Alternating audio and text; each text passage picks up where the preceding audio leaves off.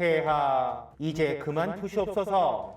헐, 나폴레옹. 수학자라는 별명을 가졌던 열정 넘치는 황제 나폴레옹과 자유의 여신상을 설계했던 에펠이 만든 에펠탑으로 상징되는 근현대 프랑스. 400년간의 프랑스 수학여행, 지금부터 저 베티와 함께 달려보시죠. 뽕술. 운행 시간은 15분. 머리에 안전띠 꽁꽁 매세요.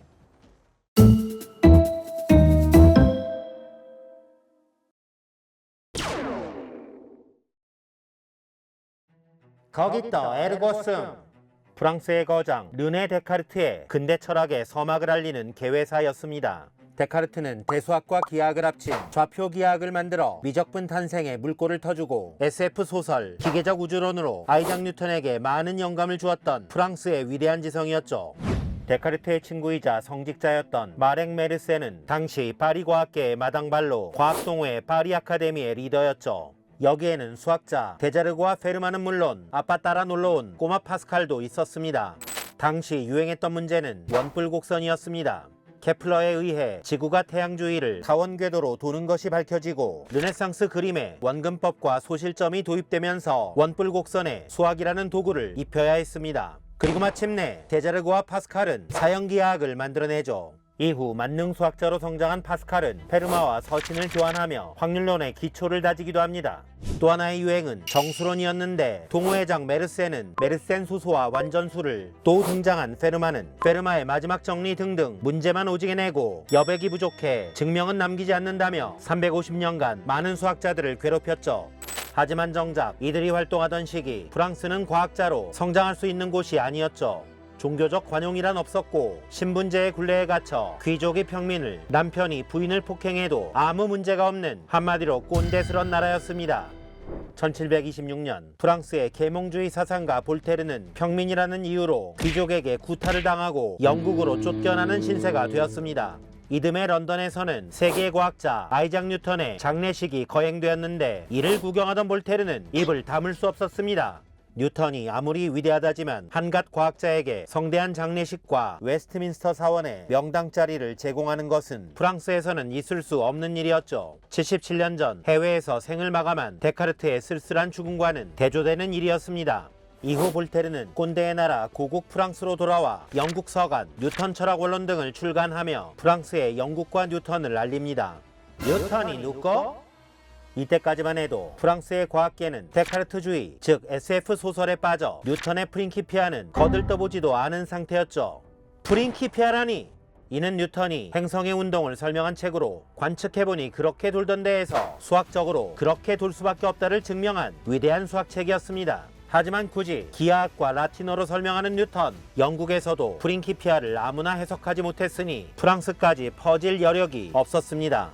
하지만 시간이 흘러 볼테르의 연인이었던 과학자 에밀리가 프린키피아의 프랑스어 버전을 만드는 등 많은 지식인들의 노력으로 프랑스에도 뉴턴주의의 바람이 불기 시작합니다.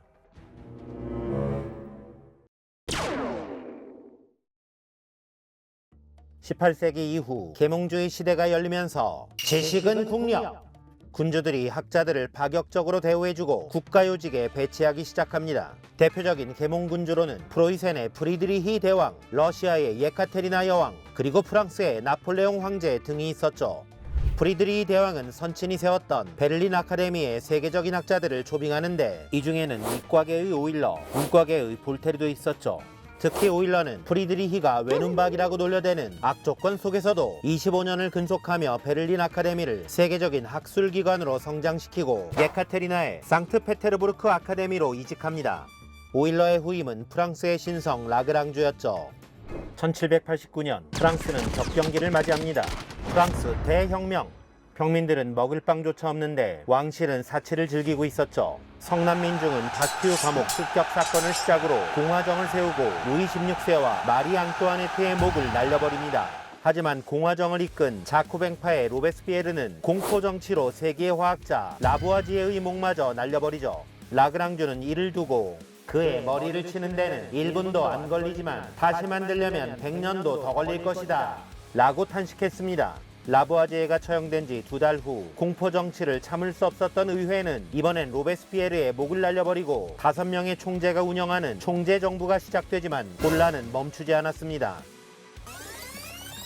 1785년 코르시카 섬 출신의 촌뜨기 나폴레옹은 이를 악물고 수학을 공부하여 파리의 포병장교가 됩니다. 포병장교가 된다는 건 거리와 각을 자유자재로 다루는 삼각함수의 실력자로 인정받는 것이었죠. 당시 감독관은 월클 수학자 라플라스로 나폴레옹과 사제지간이 됩니다. 이후 나폴레옹은 삼각함수 실력을 발휘, 압도적인 포병술로 전투마다 승전보를 올리며 국민영웅으로 등극합니다. 그리고 마침내 1799년 나폴레옹은 총재정부의 혼란을 틈타 쿠데타에 성공하고 이후 황제로 등극해버립니다. 나폴레옹은 유럽 전역을 벌벌 떨게 한 정복자이기도 했지만 나폴레옹 법전을 만들어 근대 국가의 시스템을 구축하고 수학과 학문을 사랑하는 낭만적인 황제이기도 했습니다. 나폴레옹은 파리 근교에 에콜 폴리테크닉을 설립하고 화법기하학의 창시자 몽주를 교장쌤으로 임명하죠. 몽주는 나폴레옹의 과학고문으로 오랜 인연을 함께하며 훗날 나폴레옹이 제정한 국가훈장 레종 도네르를 수여받습니다. 이후 에콜 폴리테크닉은 사실상 프랑스의 MIT 최고의 공과대학으로 그 명성을 유지합니다. 지금부터 등장하는 수학자들은 대부분 여기 출신이죠. 나폴레옹 시대의 대표적인 수학자로는 라라 브라더스, 라플라스와 라그랑주를 꼽을 수 있습니다. 폐하, 이제 그만 푸시옵소서. 헐, 나폴레옹. 나폴레옹이 라플라스와 라그랑주 사이에 앉아 학술 회의를 하는 모습은 흔한 장면이었죠. 나폴레옹은 스승 라플라스를 초기 내무장관으로 앉히긴 했으나 달랑 13일 만에 해고해버립니다. 스승님은 기하학자로는 1위였지만 관료로는 평균 이하였지. 대신 상원의원과 백작의 자규를 수여하며 스승에게 최소한의 예의를 갖춥니다. 라플라스가 남긴 최대의 걸작품은 천체 역학으로 이는 뉴턴의 프린키피아를 보완한 우주학 교과서였죠. 덕분에 라플라스는 프랑스의 뉴턴이라는 별명을 가지게 됩니다. 우주과학은 물론 라플라스 변환, 조건부 확률, 라플라스의 악마 등등 미적분과 확률론에 탁월한 업적을 남기죠. 1786년 프로이센의 프리드리히 대왕이 사망하자 구심점을 잃은 베를린 아카데미는 흔들리기 시작합니다. 변분법으로 월클 수학자가 된 라그랑주에게 러브콜이 쏟아졌으며 라그랑주는 프랑스로의 이적을 단행합니다. 파리 아카데미에서 몽주와 라플라스는 물론 월클 화학자 라부아지에와 친분을 쌓게 된 라그랑주는 국책사업이었던 도량형위원회에 참가하게 됩니다. 그리고 마침내 자오선 길이의 4천만 분의 1을 1m로 하는 미터법을 통과시킵니다. 또한 라플라스와 함께 프랑스 천문대인 경도국 회원으로 임명되어 우주과학을 연구했으며 천체역학에 맞먹는 해성역학이라는 명저서를 집필했고 라그랑주 포인트 5개를 발견하게 됩니다. 라그랑주 포인트란 삼체의 문제, 즉 태양과 지구와 인공위성이라는 세 물체가 힘의 균형을 이루는 지점으로 라그랑주가 5개를 발견했으며 이 중 두 번째 지점인 L2 포인트에는 오늘날 제임스 웹 우주망원경이 정차하고 있죠. 200년 전 수학으로 우주정거장을 발견했다는 게 놀랍습니다. 앞에서 라라 브라더스라는 무리한 라임을 던지긴 했지만 두 거장 라플라스와 라그랑주는 비슷한 시기에 뉴턴 역학을 뉴턴의 나라 영국보다 더 발전시킨 프랑스 근대과학의 쌍두마차였죠.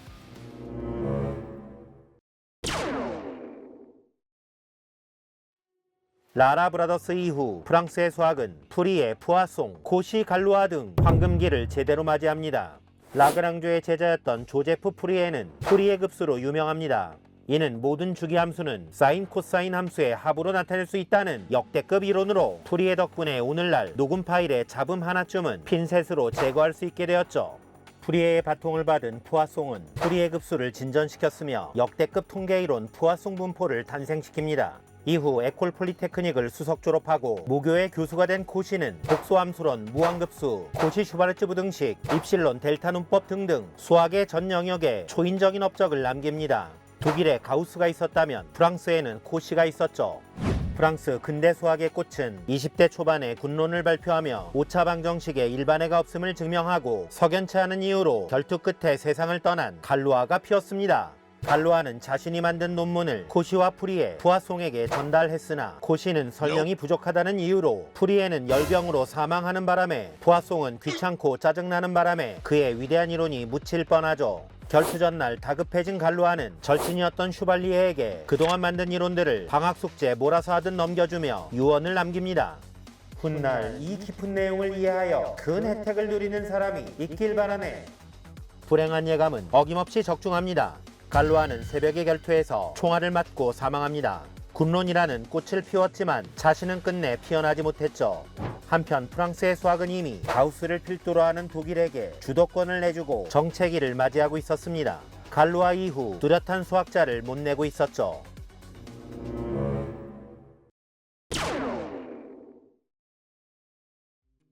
19세기는 한마디로 수학의 혁명기였습니다. 미적분은 코시 등에 의해 해석학으로 진화했고 갈루아의 군론은 추상대 수학에 불을 붙였으며 공면에서의 기하, 비유클리드 기하학과 고무판 기하학, 위상수학의 시대가 열리면서 수학은 비약적으로 성장합니다. 이를 주도한 곳은 독일의 괴팅겐 대학이었습니다. 가우스, 메비우스, 디리클레, 리만, 데데킨트, 클라인, 힐베르트, 에미네터, 민코프스키 이분들이 다 여기에? 맞습니다. 괴팅겐은 수학자 월드 드림팀이었죠. 이 중 메비우스와 클라인은 메비우스의 띠, 클라인병을 발표하며 위상수학에 불을 붙입니다. 이 불은 전 세계로 번져나가면서 이웃나라 프랑스에도 위상수학의 신 푸엥카레가 등장합니다. 푸엥카레라니! 에콜 폴리테크닉을 수석 입학 차석 졸업한 푸엥카레는 월클 수학자로 이름을 날리고 있었죠. 1904년 역대급 난제 푸엥카레의 추측을 출제하여 한 세기 동안 많은 수학자들을 괴롭히다가 2002년 그레고리 페렐만이 이를 증명해버리고 필즈 메달 및 100만 달러의 상금을 거절해버리는 바람에 오늘날 더 유명해진 이름입니다. 푸엥카레는 상대성 이론, 가우스 이론, 양자역학에도 큰 업적을 남기며 뉴턴, 오일러, 가우스처럼 수학과학 다 되는 The Last Universalist, 최후의 만능과학자였죠.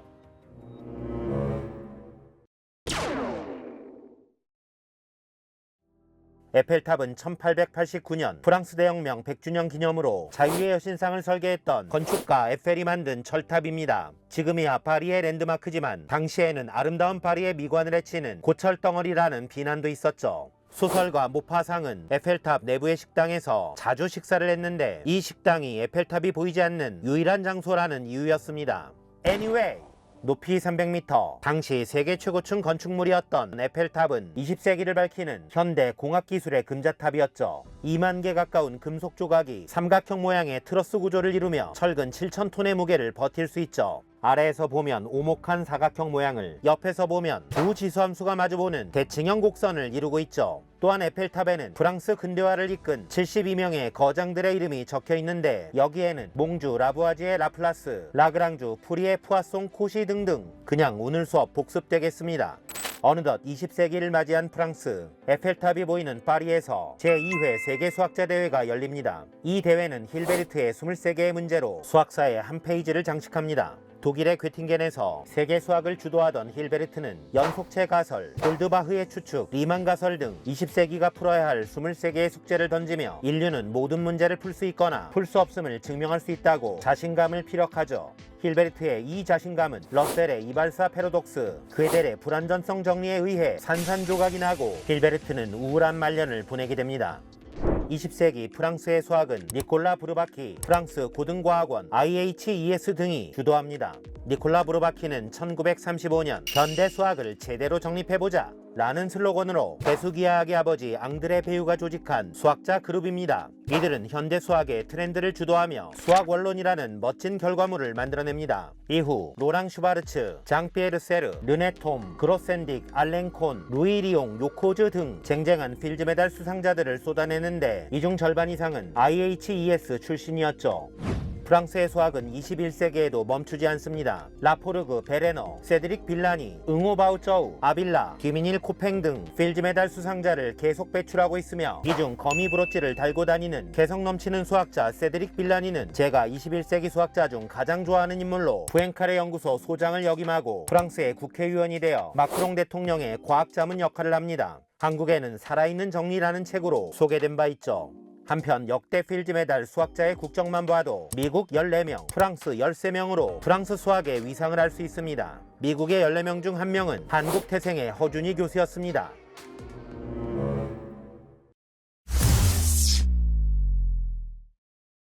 오늘은 데카르트에서 나폴레옹을 거쳐 에펠탑까지 400년간의 프랑스 수학여행을 해보았습니다. 여러분은 어떤 나라에 수학여행을 가보고 싶으신가요? 지금까지 베티어숑 어우레버